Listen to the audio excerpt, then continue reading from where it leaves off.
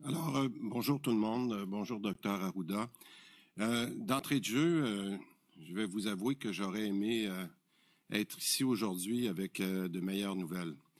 Le nombre de cas se situe toujours autour d'à peu près 2200 cas depuis quelques semaines et même une légère augmentation dans les derniers jours. Je voudrais traiter de 3 points. Premièrement, sur les voyageurs à l'extérieur du Québec. Ce qui me préoccupe aussi beaucoup, ce sont les gens qui ont pris la décision de voyager malgré les recommandations de la santé publique.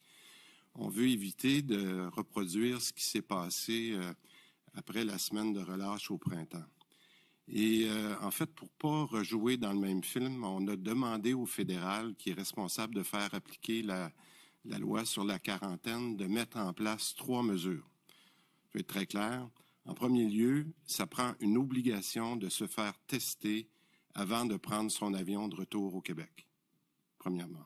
Deuxièmement, on a aussi demandé du dépistage dans les aéroports internationaux, on parle de Montréal et Québec, à l'aide de tests rapides pour les voyageurs qui seraient de retour au Québec.